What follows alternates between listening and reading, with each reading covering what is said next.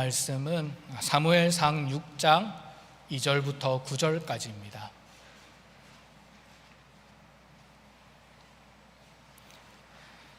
구약성경 사무엘상 6장 2절부터 9절까지이고 제가 가진 성경으로는 구약성경 416페이지입니다. 다 찾으신 줄 알고 제가 봉독해 올리도록 하겠습니다. 살아계신 하나님의 말씀입니다.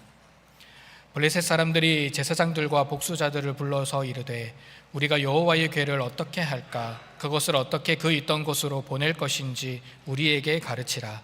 그들이 이르되 이스라엘 신의 궤를 보내려거든 거저 보내지 말고 그에게 속건제를 드려야 할지니라. 그리하면 병도 낫고 그의 손을 너희에게서 옮기지 아니하는 이유도 알리라 하니 그들이 이르되 무엇으로 그에게 드릴 속건제를 삼을까 하니 이르되 블레셋 사람의 방백의 수요대로 금독종 5과 금쥐 5마리라야 하리니 너희와 너희 통치자에게 내린 재앙이 같음이니이다. 그러므로 너희는 너희의 독한 종기의 형상과 땅을 해롭게 하는 쥐의 형상을 만들어 이스라엘 신께 영광을 돌리라. 그가 혹 그의 손을 너희와 너희 신들과 너희 땅에서 가볍게 하실까 하노라. 애굽인과 바로가 그들의 마음을 완악하게 한 것 같이 어찌하여 너희가 너희 마음을 완악하게 하겠느냐. 그가 그들 중에서 재앙을 내린 후에 그들이 백성을 가게 함으로 백성이 떠나지 아니하였느냐. 그러므로 새 수레를 하나 만들고 멍에를 메어보지 아니한 젖나는 소 2마리를 끌어다가 소의 수레를 메우고 그 송아지들은 떼어 집으로 돌려보내고 여호와의 궤를 가져다가 수레에 싣고 속건제로 드릴 금으로 만든 물건들은 상자에 담아 궤 곁에 두고 그것을 보내어 가게 하고 보고 있다가 만일 궤가 그 본 지역길로 올라가서 벳세메스로 가면 이 큰 재앙은 그가 우리에게 내리신 것이요 그렇지 아니하면 우리를 친 것이 그의 손이 아니요 우연히 당한 것인 줄 알리라 하니라. 아멘. 우리의 신앙생활에 있어서 정말 중요한 것이 있다면 하나님의 주권을 굳게 붙드는 것입니다. 하나님의 주권이라는 것은 성경에 나타나는 그런 하나님의 가르침으로 많은 교부들과 학자들이 언급하기는 했습니다. 그런데 이 하나님의 주권에 대해서 본격적으로 이야기를 한 사람은 종교개혁자 존 칼빈입니다. 존 칼빈은 하나님의 절대 주권에 대해 다음과 같이 말하고 있습니다. 하나님은 모든 만물의 중심에 계시며 우주는 창조의 전부여서 창조자에게 의존된다. 하나님은 모든 만물의 중심에 계시고 우주는 창조의 전부이기 때문에 창조자에게 의존이 된다라고 칼빈은 이야기를 했습니다. 따라서 우리가 믿는 하나님은 이 창조 세계에 대한 절대적인 명령자고 그리고 모든 것을 하나님의 뜻과 계획 가운데 인도하시는 분이시다라고 이야기를 했습니다. 칼빈의 신학적 전통을 이어받은 사람들 중에서 20세기 개혁주의 신학자였던 아덤 핑크는 하나님의 주권에 대해서 보다 쉽게 설명합니다. 하나님이 주권자라는 말은 그분은 전능하시며 하늘과 땅의 모든 권세의 주인이시다. 하나님은 자신의 능력을 자신이 원하시는 방법으로 자신이 원하시는 때에 자신이 원하시는 곳에 사용하신다라고 이야기를 했습니다. 잠시 이거를 띄워주시고요. 하나님이 주권자라는 말은 하나님이 주권을 가지신 분이시다라고 하는 말은 하나님은 전능하신 분이시다라는 것이며 하늘과 땅의 모든 권세의 주인이다라고 이야기를 하는 거죠. 그리고 그 주권자이신 하나님께서 하나님이 가지신 능력을 원하시는 방법으로 원하시는 때에 원하시는 곳에 장소에 사용하는 것이 하나님의 주권이다라고 이야기를 했습니다. 그러니까 하나님께서 원하시는 방법과 시간과 장소에 하나님께서 가지신 능력으로 어떠한 일을 행하시는 것이 행하시는 분이신데 그것을 하나님의 주권이고 혹은 우리는 주권자 하나님을 믿는다라고 고백을 하는 것입니다. 하나님의 주권 사상이 우리의 신앙에 있어서 중요한 이유는 저와 여러분들의 삶 또한 예외가 아니고 하나님의 주권 가운데 있기 때문입니다. 하나님이 우리 삶의 주인이 되시고 우리 삶을 하나님께서 원하시는 대로 이끌어 가십니다. 따라서 우리에게 일어나는 모든 일은 하나님께서 허락하시는 일이다라고 우리는 생각할 수가 있습니다. 좋은 일이 일어날 때도 이것이 내가 잘해서 이런 일이 일어난 것이 아니라 이런 것을 주신 분은 하나님이시기 때문에 우리는 겸손할 수 있고, 또 힘들고 어려운 일이 내 삶에 일어난다라고 할지라도 하나님께서는 이 모든 것을 통치하고 계시기 때문에 우리는 고통 속에서도 소망을 가질 수가 있습니다. 이 모든 것이 하나님의 계획과 섭리 가운데 일어나고 하나님의 통치 가운데 일어난다라고 우리는 믿고 고백하는 것이죠. 이런 하나님의 통치는 우리 그리스도인들에게만 국한되지는 않습니다. 구약시대에서부터 우리가 살아가는 신약시대 오늘날까지 하나님의 통치는 하나님을 믿는 사람뿐만 아니라 믿지 않는 사람들에게도 미치고 다스리고 있습니다. 우리는 때로는 이런 고백이, 하나님이 만약에 이 세상의 모든 것들을 주관하고 다스리신다면, 하나님이 계시다면 왜 이런 세계는 계속해서 불의한 일들이 일어나는가라는 신종론에 대한 질문을 하게 하지만, 그런 질문과는 별개로 하나님은 온 세계와 열방을 다스리시는 분이시다라는 것은 변함이 없습니다. 오늘 저와 여러분들이 읽은 본문 말씀에도 이런 하나님의 모습, 절대 주권의 하나님의 모습이 잘 나타납니다. 하나님께서는 이스라엘 지역에만 머물고 계시는 지역신이 아니었습니다. 이스라엘 민족은 블레셋과 전쟁을 해서 패배를 했지만, 하지만 하나님께서는 전쟁에서 승리하는 분이시다라는 것을 본문 말씀은 잘 그려내고 있습니다. 친히 블레셋이라는 적진 한가운데로 뛰어 들어가셔서 모든 백성들을 굴복시키시고 철저하고 완벽한 승리를 얻으신 하나님의 모습이 담겨 있습니다. 저는 오늘 본문 말씀에 하나님의 승리가 어떻게 나타나는지 함께 살펴보면서 절대 주권의 하나님의 모습을 함께 상고해 보고자 합니다. 먼저 첫 번째로 살펴볼 것은, 하나님께서는 하나님의 방법으로 당신의 일을 이루어 가십니다. 하나님께서는 하나님의 방법으로 당신의 일을 이루어 가신다. 우리 2절 말씀 한번 같이 읽어보겠습니다. 시작. 블레셋 사람들이 제사장들과 복수자들을 불러 이르되, 우리가 여호와의 궤를 어떻게 할까? 그것을 어떻게 그 있던 곳으로 보낼 것인지 우리에게 가르치라. 이 하나님의 심판과 징계를 경험한 블레셋 사람들은 이 하나님에 대한 두려움에 사로잡혔습니다. 자신들이 경험했던 지난날에 일어난 좋지 않은 일들, 그것이 곧 다곤 신상이 여호와의 법궤 안에서 엎드리고 무너지고, 또 자기들이 살고 있는 지역에 독한 종기의 재앙이 임하고, 또 여러 환난 가운데 신음했던 이 모든 일들을 경험하면서, 이런 일들이 이스라엘에게서 법궤를 빼앗은 이후에 일어난 일이구나 라는 것을 깨달았습니다. 물론 이들은 처음에 자기들이 겪고 있는 일들이 재앙은 그냥 일어난 것이고 법궤 때문에 일어난 것이 아니라고 생각을 했습니다. 그런데 이 법궤를 보내는 지역마다 동일한 일들이 일어나는 것을 보고 자기들이 겪고 있는 이 일이 결코 우연이 아니구나라는 것을 알게 되었습니다. 그래서 결국 이들은 자기들이 가지고 있는 여호와의 궤, 그 궤를 어떻게 이스라엘 백성들에게 돌려보낼 수 있을지 고민하게 되었습니다.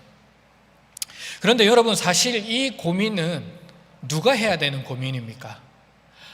블레셋에게 빼앗긴 법궤를 다시 이스라엘 민족에게로 되돌리게 한다라고 하는 이 고민은 사실은 이스라엘 백성이 먼저 해야 했던 고민이었습니다.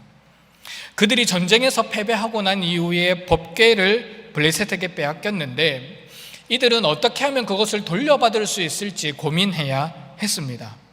많은 돈으로 전쟁 배상금을 지불해서 법궤를 찾아오든지, 아니면은 각 지파별로 대표 한 사람씩을 뽑아가지고 블레셋에게 사절단으로 보내서 사정을 해서 법궤를 돌려받던지, 사실 이스라엘 입장에서는 가능한 모든 수단을 동원해서 법궤를 찾아와야 했습니다. 하지만 그들은 무기력한 모습만 보였습니다.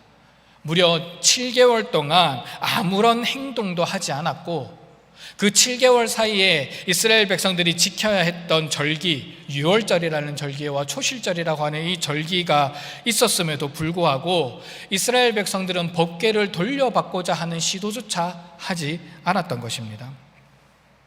하지만 이스라엘뿐만 아니라 블레셋까지도 다스리시는 절대 주권의 하나님은 하나님의 능력으로 이스라엘에게 돌아가고자 하셨습니다. 블레셋 민족들에게 여러 가지 재앙을 내리면서 블레셋 사람 스스로 이 법궤를 돌려보내야 되겠구나라는 생각을 하게 했습니다. 블레셋 사람들이 자발적으로 법궤를 돌려보낼 수 있도록 역사하신 것입니다. 블레셋 사람들은 이 재앙과 어려움들을 겪으면서 이 법궤를 원래 있던 곳으로 돌려줘야만 우리가 겪고 있는 재앙이 멈추겠구나라는 것을 깨달았습니다. 하나님께서는 하나님의 방법으로 블레셋 사람들에게 그것을 깨닫게 하시고 블레셋 사람들이 자발적으로 법궤를 이스라엘 백성들에게 돌려보낼 수 있도록 역사하셨던 것입니다. 만약 돈으로 법궤를 돌려받으려고 했거나 아니면은 정치적인 협상을 통해서 법궤를 돌려받으려고 했다면 대가를 지불하지 않고서는 그 법궤를 돌려받지 못했을 것입니다. 여러 가지 조건이 붙었거나 문제가 발생했을 것입니다. 하지만 하나님께서는 하나님의 주권 가운데에 가장 적합하고 가장 좋은 방법으로 이 일을 이루어 가신 것입니다. 인간의 방법이 아니라 하나님의 방법으로 그 일을 이루셨습니다. 그렇습니다. 우리 하나님은 하나님의 방법으로 당신의 일을 이루어 가시는 분이십니다. 하나님께서 다스리시는 하나님의 통치는 교회 안과 교회 밖을 가리지 않습니다. 하나님은 이 세상의 모든 영역, 모든 세상을 하나님의 뜻 가운데로 다스리고 인도하고 계시는 분이십니다. 그래서 하나님의 계획이 있고 하나님의 의도가 있다면은 어떤 방법을 통해서라도 하나님께서는 반드시 그 일을 이루어 가십니다. 이 세상을 통치하시는 하나님에 대해서 시편 기자는 이런 고백을 합니다. 시편 96편 10절입니다. 모든 나라 가운데서 이르기를 여호와께서 다스리시니 세계가 굳게 서고 흔들리지 않으리라. 그가 만민을 공평하게 심판하시리라 할지로다. 시편 기자는 여호와께서 당신의 선택된 백성들뿐만 아니라 여호와께서 모든 나라 가운데서 다스리고 계신다라는 것을 고백합니다. 그래서 그 세계가 굳게 서고 흔들리지 않는다라고 고백하고 있는 것입니다. 하나님께서 이 모든 나라를 다스리시면서 하나님의 절대적인 주권과 뜻 가운데에 이 모든 것들을 운행하고 계시는 분이 우리 하나님이시다라고 고백합니다. 이처럼 하나님께서는 온 세상을 통치하고 다스리시는 분이시기 때문에 하나님의 방법과 하나님의 뜻 가운데에 하나님께서 계획하시는 일을 반드시 이루어 가십니다. 하나님의 일하시는 방법은 우리가 생각하는 방법과는 완전히 다릅니다. 우리는 때때로 우리의 연약함과 여전히 우리 가운데 있는 죄악된 본성 때문에 우리 자신이 하나님보다 더 뛰어나다라고 착각을 하는 경우가 있습니다. 하나님은 눈에 보이지 않기 때문에, 혹은 우리 중에 하나님은 그저 종교적 경배를 받아야 하는 대상에 불과하기 때문에 나의 삶에 직접적인 영향을 미치지 못한다라고 생각하는 분도 있을 수 있습니다. 그래서 우리가 기도하지 않는 것이죠. 내 삶에 어떤 일이 생겼을 때 기도하지 않고 내가 가진 생각으로, 내가 가진 능력으로, 내가 가진 지혜로, 내가 가진 경험으로 이 모든 것들을 활용한다면은 내가 가진 문제를 해결할 수 있을 것이다라고 생각을 하고 있습니다. 하지만 하나님의 길은 우리의 길과는 다르고 하나님의 방법은 저와 여러분들이 생각하는 방법과 다릅니다. 하나님은 철저하게 하나님의 방법을 통해서 하나님의 일을 이루어 가십니다. 이런 모습이 가장 잘 드러난 곳이 어디냐? 예수 그리스도의 십자가입니다. 1세기 유대인들이 기대했던 하나님의 나라, 1세기 유대인들이 기대했던 메시아는 눈에 보이는 하나님의 나라요, 눈에 보이는 정치적 메시아였습니다. 그들이 기대했던 다윗 왕국은 마치 과거에 다윗 왕과 솔로몬이 나라를 다스렸을 때처럼 민족적 영광이 충만한 이스라엘 나라를 이 사람들은 기대했습니다. 그래서 다윗의 후손으로 오신 메시아가 정치적 군사적 영웅이 되어 로마와 싸워서 승리를 쟁취하는 것을 기대했던 것입니다. 하지만 하나님의 계획과 하나님의 방법은 달랐습니다. 하나님은 더 이상 눈에 보이는 나라를 세워가기를 원하시지 않으셨습니다. 오히려 눈에 보이지 않는 하나님의 나라, 이스라엘 백성에게, 그 민족에게만 머물러 있는 것이 아니라 이제는 온 세계와 열방을 향해 뻗어나가는 하나님 나라를 기대하셨던 것입니다. 그래서 예수님을 정치적 메시아로, 군사적 영웅으로 이 땅에 보내신 것이 아니라 십자가 위에서 죽게 만드셨던 것입니다. 당시에 극악무도한 죄를 지은 사람에게 가해지는 십자가 형벌을 받게 하셨습니다. 예수님은 세상을 구하는 영웅이 아니라 십자가 위에서 온갖 수치와 모욕과 고통을 당하시면서 힘없이 죽어가는 한 사람의 범죄자의 모습으로 돌아가셨습니다. 하지만 아이러니하게도 인간의 관점에서 보면은 그렇게 보였던 예수님이, 하나님께서는 아이러니하게도 하나님의 방법으로 그 십자가를 통해 예루살렘을 넣어 세계와 열방을 향해 뻗어나가도록 하나님의 일을 이루신 것입니다. 바울이 고린도전서에서 고백한 것처럼 유대인들에게는 거리끼는 것이 되고 이방인들에게는 미련해 보이는 십자가의 도가 사실은 이스라엘 민족을 넘어서 온 열방을 향한 하나님의 구원의 계획으로 확장되어 간 것입니다.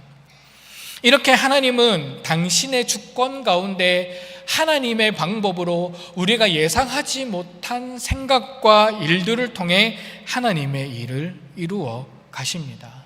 우리는 이런 하나님을 붙들며 나아가야 할 것입니다.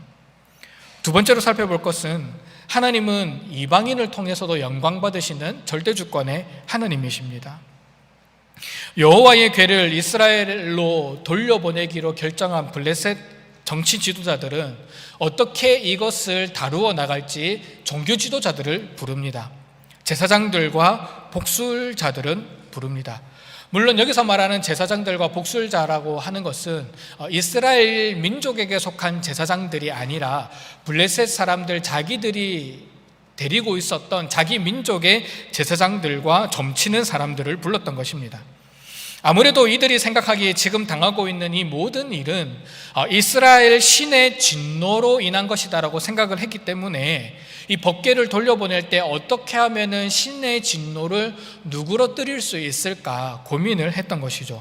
그래서 종교 지도자들을 불러서 어떻게 이 문제를 해결할 수 있을지 조언을 구합니다.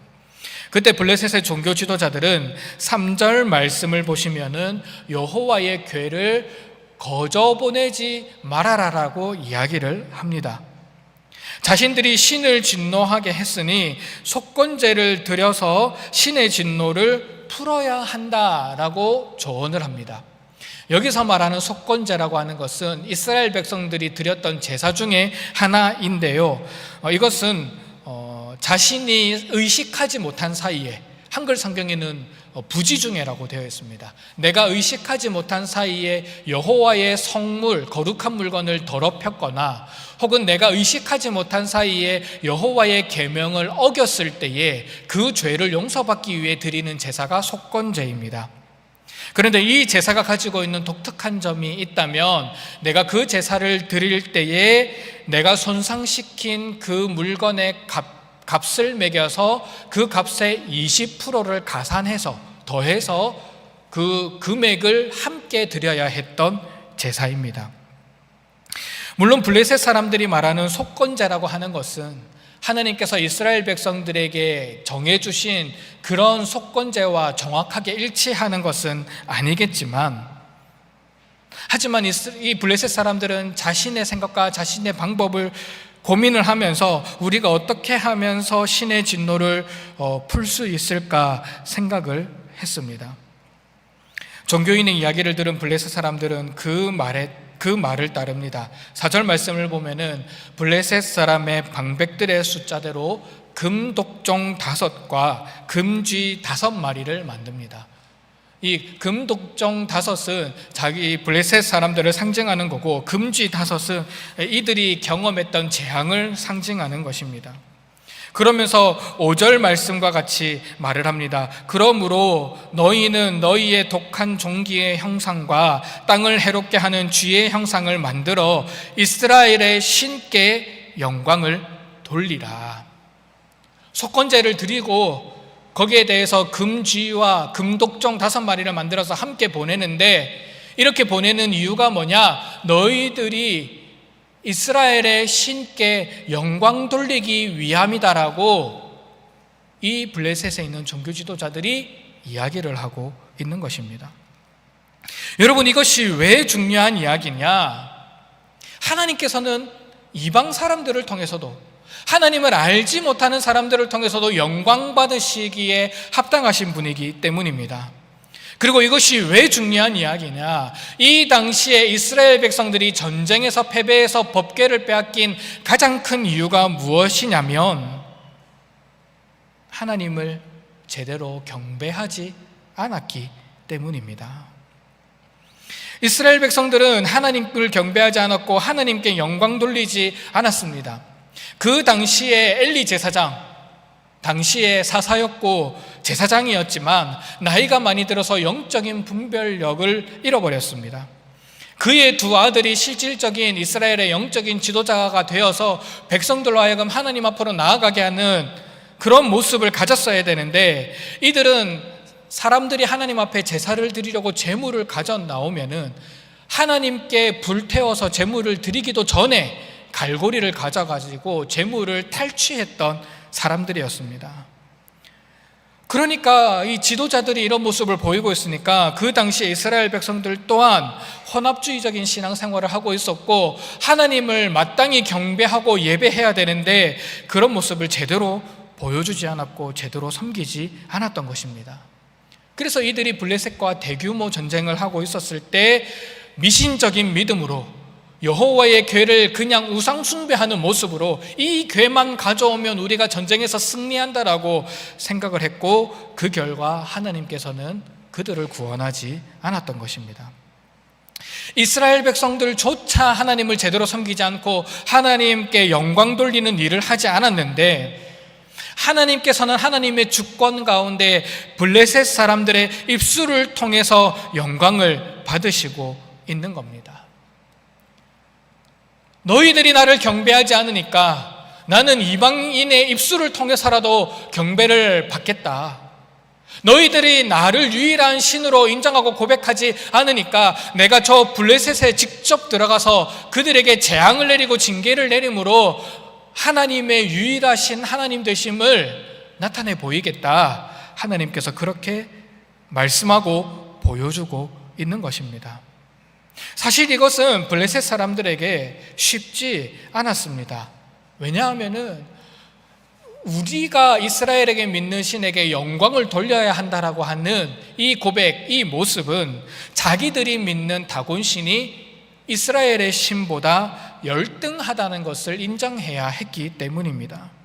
그들은 분명히 전쟁에서 승리했기 때문에 우리가 믿는 신이 더 우월한 신이다라고 생각을 하고 믿었는데, 알고 보니 이스라엘에 믿는 신 여호와 하나님이 더 위대한 신이구나라는 것을 인정해야 했던 것입니다.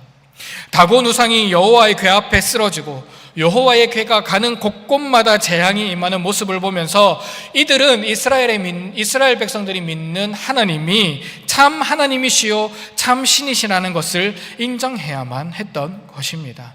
아주 철저하게 자신들의 패배를 인정하면서 하나님의 승리를 고백하고 이 결국 법궤를 다시 이스라엘 백성들에게 돌려주려고 하는 모습, 그리고 그냥 보내는 것이 아니라 비어있는 채로 보내는 것이 아니라 거기에 금과 관련된 물건들을 넣어두면서 돌려보내는 그 행동을 통해서 하나님께 영광을 돌리려고 했던 것입니다.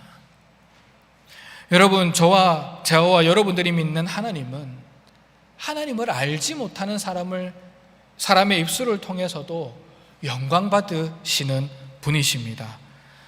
우리가 전혀 예상하지도 못했고 기대하지도 않았던 그 사람, 그 모습을 통해서도 하나님은 때때로 당신의 이름을 영광받기를 원하시는 분이십니다. 여러분, 이거 믿으십니까? 우리는 종종 이런 생각을 합니다. 어떻게 하나님을 알지 못하는 사람들이 하나님께 영광을 올려드릴 수 있느냐? 물론 이들이 고백하는 영광의 고백은 우리가 하나님께 올려드리는 고백과는 질적으로 다릅니다.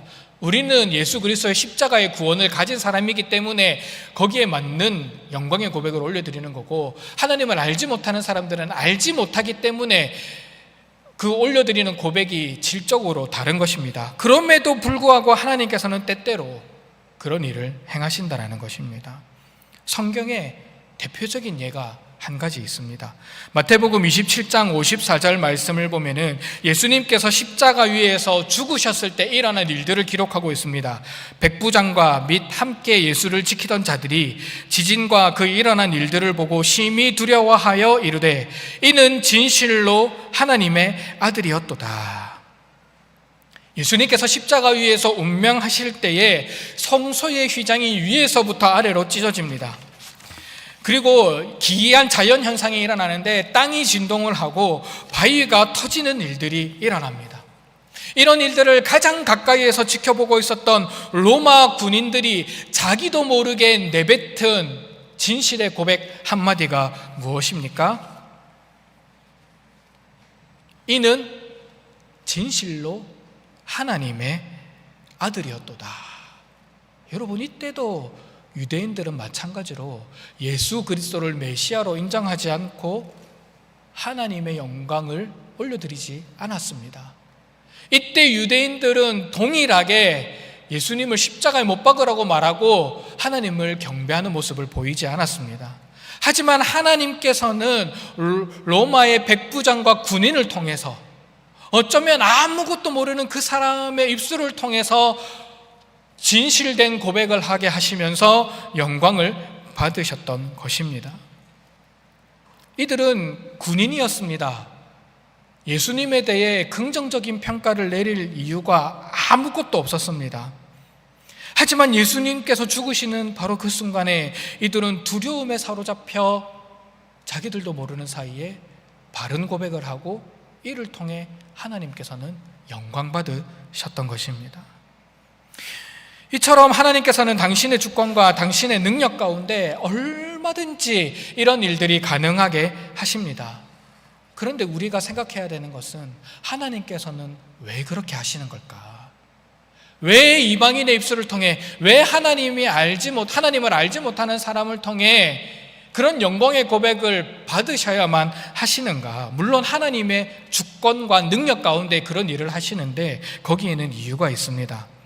그 이유는 그런 모습을 통해 하나님께 올바른 예배를 드리지 못하고 하나님께 마땅히 돌려드려야 할 영광의 고백을 올려드리지 못하고 있는 저와 여러분들을 깨우쳐 주시기 위함입니다. 우리는 우리의 신앙의 모습 점검해 봐야 합니다. 나는 과연 하나님께 마땅히 올려드려야 할 그 영광의 고백, 찬양의 고백, 감사의 고백 올려드리고 있는 것인가? 나는 과연 하나님께서 베풀어 주신 그 구원의 은혜에 감격해서 그리스도인의 맞는 삶의 모습으로 살아가고 있는가? 나는 과연 주님께서 값없이 베풀어 주신 그 십자가의 은혜를 충만히 누리면서 나의 걸어가는 삶의 걸음걸음들을 통해 하나님께 영광을 올려드리는 삶을 살아가고 있는 것인가? 우리의 모습을 살펴봐야 하는 것입니다. 그리고 우리는 두렵고 떨리는 마음으로 하나님을 예배하고 하나님을 찬양해야 합니다. 우리에게 허락된 은혜, 그 은혜 가운데 임재하시는 하나님을 기억하면서 하나님께 올려드려야 할 영광의 고백을 올려드려야 해야 하는 것이죠. 그렇지 않으면 하나님께서는 우리 주변에 있는 하나님의 모르는 사람을 통해서 우리에게 경고하실 것이고 우리를 부끄럽게 하실 것입니다. 이방인의 입술을 통해서도 영광 받으시는 하나님의 주권, 우리는 본문 말씀을 통해 이런 하나님을 발견할 수가 있습니다. 마지막으로 살펴보기를 원하는 것은 하나님께서 행하시는 모든 일에는 우연이 없다라는 것입니다. 이것이 하나님의 주권입니다. 하나님께서 행하시는 모든 일에 우연은 없다. 블레셋 사람들은 여호와의 궤를 이스라엘에게 돌려보내기 위해서 과정을 진행합니다. 7절 말씀을 보면은 새로운 수레를 만들고, 그리고 멍에를 메어보지 않았던 젖나는 소 2마리를 끌어다가 그 수레를 매게 합니다. 그리고 송아지를 떼어서 집으로 돌려보냅니다. 이제 8절 말씀을 보시면은 여호와의 궤를 가져다가 그 수레 위에 얹고, 아까 말씀드렸던 속건제로 드리기 위한 그런 예물, 그런 배상금, 그 금으로 만든 물건들을 상자에 담아서 궤 옆에 둡니다. 겉으로 보면 좀 초라해 보이는 모습처럼 보일 수 있습니다. 하지만 이 장면에는 그 당시의 문화적 배경이 숨겨져 있습니다. 그 문화적 배경이 뭐냐? 전쟁에서 승리를 하고 전리품을 챙겨서 고향으로 돌아오는 개선 장군의 모습이 여기에는 들어가 있습니다. 하나님께서 친히 이스라엘 대적들을 물리치시고 빈손으로 돌아오지 않고 소 2마리와 금 제물을 이끌고 이스라엘에게 돌아오시는 하나님의 모습이 기록이 되어 있습니다. 그리고 앞에서 말씀드린 것처럼 하나님의 법궤가 다시 이스라엘 백성에게로 돌아갈 수 있도록 하나님은 놀랍게 역사하셨던 것입니다. 그런데 이 모습에는 블레셋 사람들의 꼼수가 숨겨져 있습니다. 블레셋 사람들은 법궤를 돌려보냄에 있어서도 끊임없이 하나님을 의심하고 테스트했습니다. 우리가 받은 재앙이 과연 이스라엘이 믿는 신으로부터 온 것이 맞는가? 아니면 그냥 우연의 일치인가? 끊임없이 의심하고 테스트를 하고 있는 것이죠. 무려 7개월 동안이나 하나님의 징계와 심판을 받았음에도 불구하고 그 마음 깊은 곳에 있는 의심의 눈초리를 거두지를 못했던 것입니다. 그래서 인간이 할 수 있는 모든 꼼수들을 동원합니다. 어떤 꼼수입니까? 7절 말씀을 다시 보시면 이 수레를 메고 있는 소들은 멍에를 메어보지 아니한 소라고 기록하고 있습니다. 멍에를 메지 않았다는 것은 길들여지지 않은 소라는 것을 의미합니다. 한 번도 멍에를 메어보지 않은 소에게 처음 그 멍에를 딱 메게 하면은 당연히 소들이 난리를 치면서 멍에를 벗어 던질 겁니다. 그러면 그 위에, 수레 위에 올려져 있는 여호와의 궤가 어떻게 되겠습니까? 날뛰는 소들에 의해서 수레가 뒤집어지게 될 거고 여호와의 궤가 땅바닥에 내동댕이 쳐지게 될 것입니다. 아주 비참한 상황에 놓이게 되는 것이죠.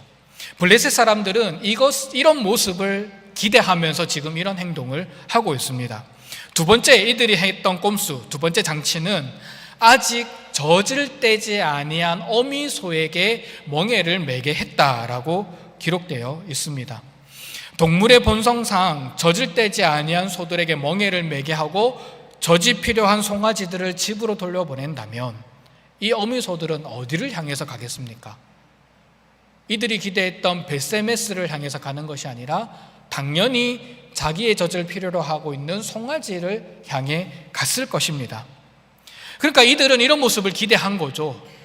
한 번도 제대로 길들여지지 않는, 멍에를 메어보지 않는 그 어미소들을 붙잡고 아직 젖을 떼지 않은 어미소들에게 멍에를 메어서 그 위에 수레를 지게 하고 법궤를 세우고 금 제물을 넣어가지고 가게 한 것은 소가 난동을 피워서 여호와의 법궤를 뒤집어 엎든 아니면은 자기의 젖을 기다리고 있는 어린 송아지가 있는 곳을 향해 가든 그렇게 갈 것이다. 결코 벳세메스로 올라가지 않을 것이다라고 이 블레셋 사람들은 생각을 했던 것입니다.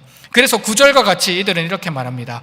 보고 있다가 만일 궤가 그 본 지역길로 올라가서 벳세메스로 가면 이 큰 재앙은 그가 우리에게 내린 것이요 그렇지 아니하면 우리를 친 것은 그의 손이 아니요 우연히 당한 것인 줄 알리라 하니라. 여러분, 이게 무슨 말입니까? 이 상식적으로 생각해 보면은 도무지 벳세메스로 올라갈 수 없는 모든 상황과 장치들을 다 마련해 놓고 이 모든 본성을 거스려서 이 소들이 벳세메스로 올라가면은 이스라엘의 하나님이 우리에게 재앙을 내리신 거고, 만약에 자기들이 해놓았던 꼼수 그 장치가 하나라도 작동을 해서 이 소들이 그 길을 올라가지 않으면은 우리가 경험한 모든 것이 우연적으로 일어난 일이다 라고 이야기를 하고 있습니다. 하지만 하나님께서는 어떻게 역사하십니까? 우리 하나님에게는 우연이란 없습니다. 우리 하나님은 우리 인간의 삶과 우리의 모든 것을 다스리실 뿐만 아니라 자연 만물을 다스리시고 심지어는 가축조차도 하나님께 순종하도록 만드시는 분이 우리 하나님이십니다. 아무리 블레셋 사람들이 자신의 관점과 자신의 생각으로 회방을 놓는다라고 하더라도 하나님께서는 이 소들로 하여금 벳세메스 지역으로 곧장 올라가도록 하셨습니다. 올라가는 동안 길이 험하고 한 번도 메어보지 않았기 때문에 등의 무게가 무거워도 소들은 날뛰지 않았습니다.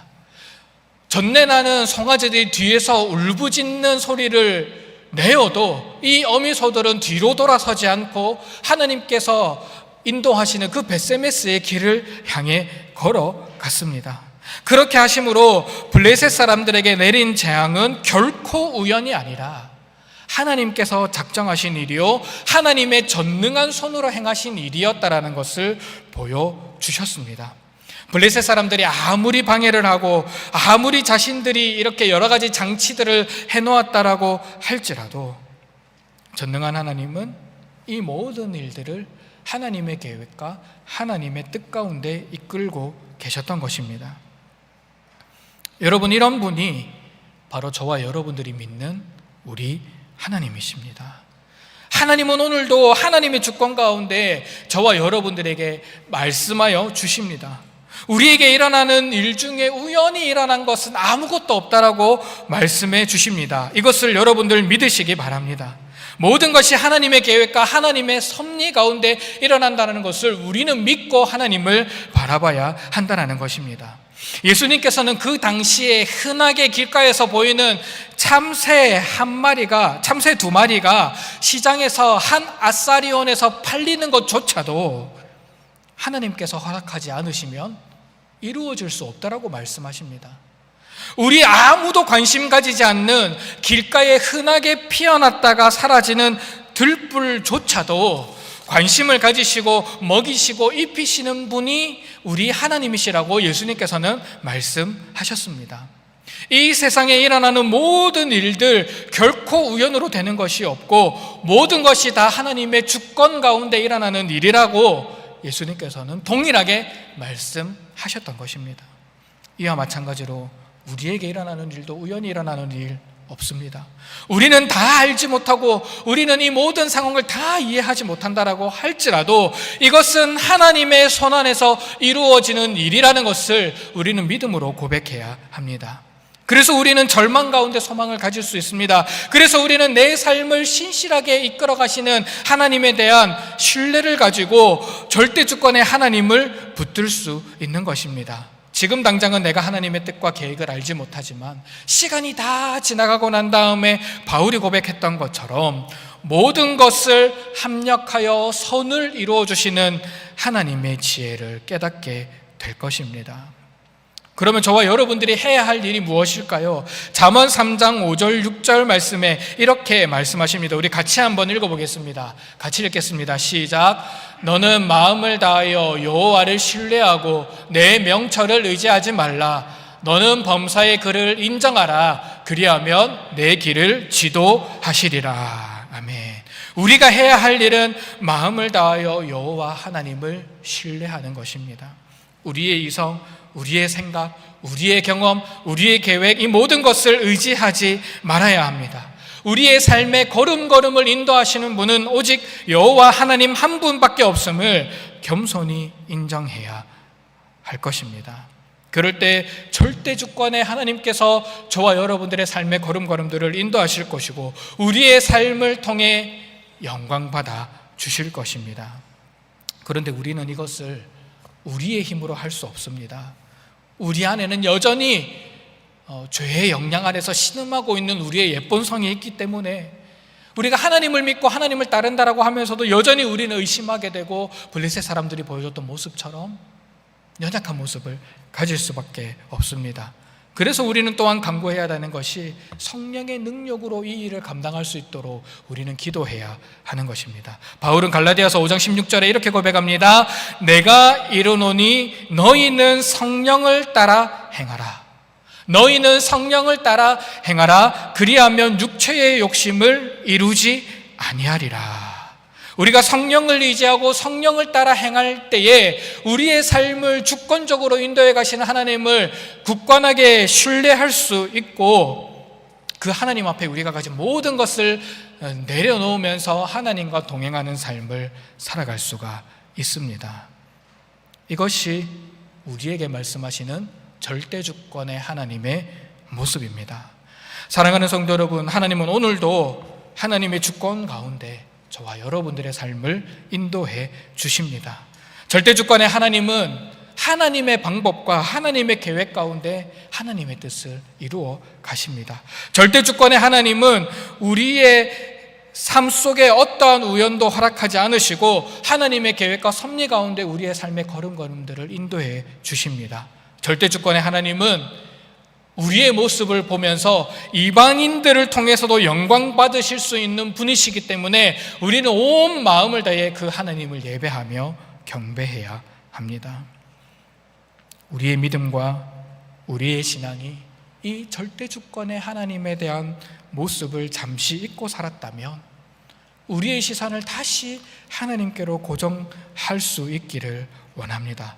내 생각과 내 명철을 의지하는 것이 아니라 이 모든 것을 주관하시는 하나님을 바라보며 나아가기를 원합니다. 그래서 참으로 우리의 인생의 주인 되신 하나님과 평생의 삶을 살아가고 그 하나님의 주권적인 인도하심 가운데서 진정한 행복과 기쁨을 누리면서 살아갈 수 있는 저와 여러분들이 되시기를